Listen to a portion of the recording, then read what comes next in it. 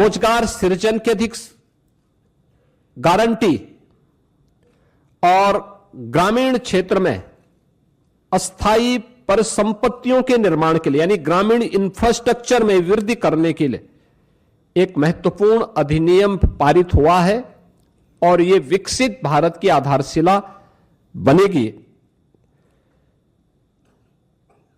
विकसित भारत का लक्ष्य तभी साकार हो सकता है जब राज्य विकसित होंगे। राज्य विकसित तब होंगे जब हमारी आधारभूत इकाई गांव है ये विकसित होंगे। ग्रामीण अर्थव्यवस्था को जब हम सशक्त बनाएंगे, किसान हमारा आत्मनिर्भर होगा,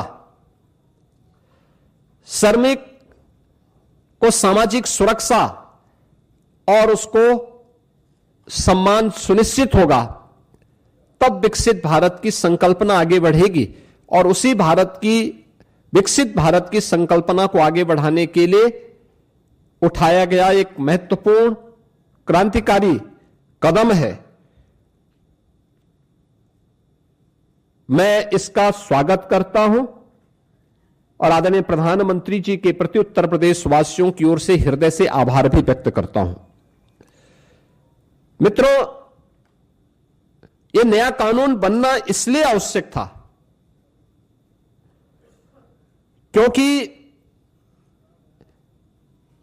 जिस मनरेगा की चर्चा कांग्रेस और उसके सहयोगी दल आज ढोल पीट करके कर रहे हैं, हमें उनकी उन विफलताओं की भी चर्चा करनी चाहिए और उसके बारे में भी सोचना चाहिए। खासतौर पर अधूरी और अस्थायी परिसंपत्तियां जिनका कोई दीर्घकालीन लाभ नहीं, फर्जी जॉब कार्ड, फर्जी हाजिरी, भुगतान में कटौती जैसे व्यापक भ्रष्टाचार की शिकायतें हर एक जनपद से और हर ग्राम पंचायत से ये सुनने को मिलती थी। कमजोर सोशल ऑडिट और शिकायत के निवारण की भी कमजोर व्यवस्था, प्रशासनिक क्षमता की बाधाएं, मजदूरी में देरी जैसी समस्याएं इसमें लगातार चलती गई। खेती के मौसम के समय किसानों को मजदूर की संकट देखने को मिलते थे और एक श्रमिक जो ईमानदारी से काम कर रहा है जब उसको काम की आवश्यकता है तब काम की गारंटी नहीं मिल पाती थी, और अगर उसने काम भी किया है तो उसको समय पे भुगतान नहीं होता था। रोजगार सृजन का विकास और अस्थायी परिसंपत्तियों के निर्माण का एक अस्थायी मैकेनिज्म इस योजना से बनाने में पूरी तरह विफल रही हैं और इसलिए अब नए संशोधन में रोजगार की गारंटी 100 दिन से बढ़ाकर के 125 दिन किया गया है। साप्ताहिक वेतन यानी साप्ताहिक भुगतान होगा। ऐसा नहीं कि महीनों और वर्षों लग रहे हैं, अब हर सप्ताह लेबर ने काम किया तो साप्ताहिक उसे भुगतान होगा, और देरी होगी तो इसका मुआवजा भी देना होगा, यानी उसके लिए अतिरिक्त तो उसको ब्याज देना होगा। समय पर काम नहीं मिलने पर बेरोजगारी भत्ता अब कानूनी अधिकार हो गया है। यानी अगर कोई व्यक्ति कहता साहब मुझे काम चाहिए और काम नहीं दे रही है ग्राम पंचायत, तो उसके बदले में उसको भत्ता की गारंटी होगी। खेती के मौसम में किसानों को मजदूरों की कमी न हो, इसके लिए राज्यों को बुआई और कटाई के समय 60 दिन तक कार्य का विराम देने का अधिकार भी राज्यों को दिया गया है। राज्य तय करेंगे कि कब खेतीबाड़ी का समय है, उस समय मनरेगा के कार्य स्थगित रहेंगे, खेतीबाड़ी के कार्य के लिए लोग, पर्याप्त संख्या में लोग मिल पाएंगे और 125 दिन की गारंटी वर्ष भर में जो भी कार्य करने के इच्छुक हैं उन श्रमिकों को प्राप्त होगा। किसान और मजदूर दोनों के हित इसके माध्यम से सुरक्षित रखने की गारंटी दी गई है। खोदने और भरने वाली कामों पर विराम होने से स्वाभाविक रूप से जिनके हित प्रभावित हो रहे हैं वो चिल्ला रहे हैं, क्योंकि गड्ढा खोदते थे फिर उसको पाटते थे। ये प्रक्रिया अब उनके हित प्रभावित हो रहे हैं तो स्वाभाविक रूप से उनका चिल्लाहट होना स्वाभाविक रहे।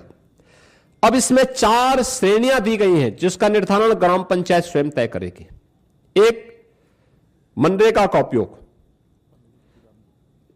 जो पहले होता था वह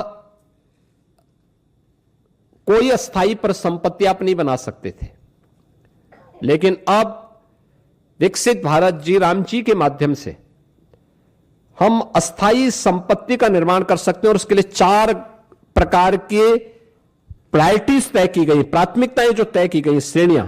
एक, जल संरक्षण के लिए आप देख रहे होंगे ग्रामीण क्षेत्र में या शहरी क्षेत्र में अक्सर आप देखते हैं ग्रामीण क्षेत्र में बहुत सारे ब्लॉक को हमें वहां पर डार्क जोन के रूप में घोषित करना होता है।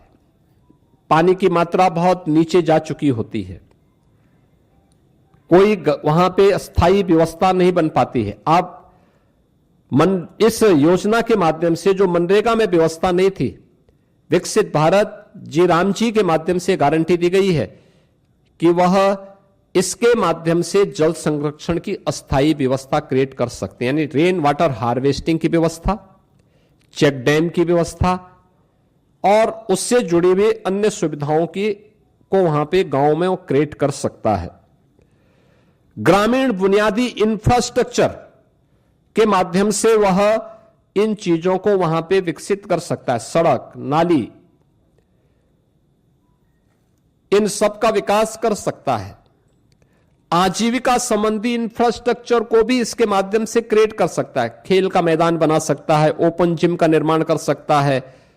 गांव के पास पैसा है, गांव के पास लैंड है, गांव की मार्केट मंडी बना सकता है। गांव में सड़कों पे जहां तहां जो मंडी बनी हुई है उसको हटाकर उसको व्यवस्थित रूप से दुकानें बनवा करके एक अच्छे खाली जगह पर उसको अस्थायी रूप से सड़क से हटा करके एक सिस्टम के साथ जोड़ सकता है, जिससे सुरक्षा की गारंटी व्यापार उस दुकानदार के पास भी हो जाएगी और साथ साथ गांव के पास एक इनकम का माध्यम भी हो जाएगा।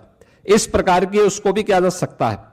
और प्रतिकूल मौसम घटनाओं से निपटने और आपदा तैयारी हेतु भी विशेष कार्य किए जा सकते हैं, यानी बाढ़ प्रबंधन के लिए गांव से जुड़े हुए छोटे छोटे कार्य हैं, उसके लिए शासन पे उनको निर्भर रहना पड़ता है। अब इसके लिए निर्भरता की आवश्यकता नहीं, ये सारी चीजें वहां पर उपलब्ध। आप इस विकसित भारत जी राम जी की इस स्कीम के माध्यम से इस अधिनियम आपको ये गारंटी दे रहा है। टेक्नोलॉजी को कानूनी अधिकार के रूप में अब शामिल इसके माध्यम से किया गया है। बायोमेट्रिक उपस्थिति, geo tagging, satellite imaginary, real time mobile app monitoring और एआई से निगरानी और सीधे डिजिटल भुगतान, यानी अब हाजिरी भरने की औपचारिकताएं नहीं होंगी। अब जो भी होगा बायोमेट्रिक उपस्थिति के माध्यम से होगी, जियो टैगिंग के माध्यम से होगी, सैटेलाइट इमेजनरी के माध्यम से अस्थायी पर संपत्ति का निर्माण हुआ है कि नहीं हुआ है, real time mobile app monitoring भी होगी, या ये टूल का भी इस्तेमाल वहां पे हो सकता है। और सीधे डिजिटल भुगतान डीबीटी के माध्यम से हम श्रमिक के खाते में सीधे पैसा भेजेंगे, ये इसके माध्यम से होगा। फर्जी नामों पर पैसा उठाने का खेल अब हमेशा के लिए बंद।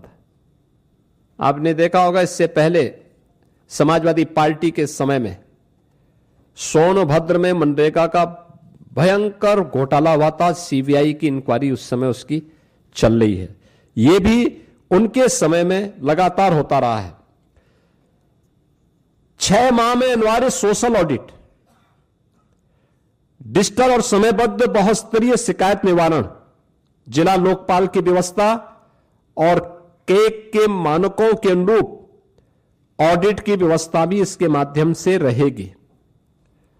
दूसरा, वित्तीय अनुशासन के साथ साथ यह संघीय संतुलन को बनाए रखने में भी एक बेहतर योगदान ये नया अधिनियम हमें देने जा रहा है, जिसमें केंद्र राज्य की साझेदारी 60-40 की हो गई। स्पष्ट वार्षिक बजट, लेकिन काम मांग आधारित ही रहेगा, यानी काम जो मांगेगा, गांव में मांगेगा, उसके अनुरूप ही वहां पे उसको कार्य भी दिया जाएगा। राज्यों को अधिक वित्तीय भागीदारी से में स्वामित्व, निगरानी और उसके गुणवत्ता सुधार, ये राज्यों को इसका पूरा वो दिया गया है कि राज्य इसके लिए करेंगे। और मेरा मानना है कि कुल आवंटन में वृद्धि करके राज्यों को इस मनरेगा की तुलना में अगर इस नई स्कीम के माध्यम से आप देखेंगे तो विकसित भारत जी राम जी के माध्यम से 17,000 करोड़ रुपए अधिक धनराशि इसके माध्यम से प्राप्त हो सकती है। इसमें राज्यों को, यानी इससे पहले होता क्या था मनरेगा में, जिन राज्यों में श्रमिक कम है, जिन राज्यों में गरीबी कम है, उन राज्यों में पैसा ज्यादा जाता था क्योंकि फर्जी भुगतान होता था। लेकिन अब जिन राज्यों में लेबर क्लास ज्यादा है, जिन राज्यों में उन लोगों को, श्रमिकों को रोजगार की गारंटी मिलनी चाहिए, उन राज्यों को इसके माध्यम से ज्यादा कार्य मिलेगा, श्रमिकों का अधिकार बढ़ेगा, भुगतान उनका सुरक्षित होगा, किसान को समय पर भी श्रम उपलब्ध होने लगेगा।